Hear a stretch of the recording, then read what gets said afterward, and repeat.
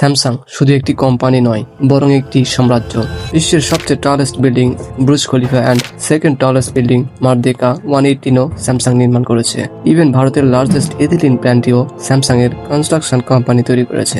এমনকি স্যামসাং এর বিশ্বের বিগেস্ট শিপ বিল্ডারও আছে, যা এলএনজি ক্যারিয়ার, ডিল শিপ আর কন্টেনার শিপ সবকিছু তৈরি করে।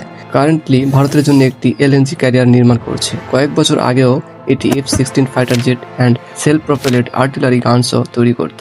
তাদের K9 হাউইটজার এখনো ওয়ার্ল্ড হাইয়েস্ট আর্টিলারি গানস। তাদের company Samsung biologics world largest medicine contract manufacturers. কোভিড-19 মহামারীর সময় এটি মডার্না ভ্যাকসিনের লক্ষ লক্ষ ডোজ এক্সপোর্ট করেছিল। ফোনের পাশাপাশি এটি আইফোনের স্ক্রিন, টেসলা গাড়িতে ইউজেবল সেমি কন্ডাক্টর চিপ আর ইভেন বিএমডব্লিউর ব্যাটারিও তৈরি করে।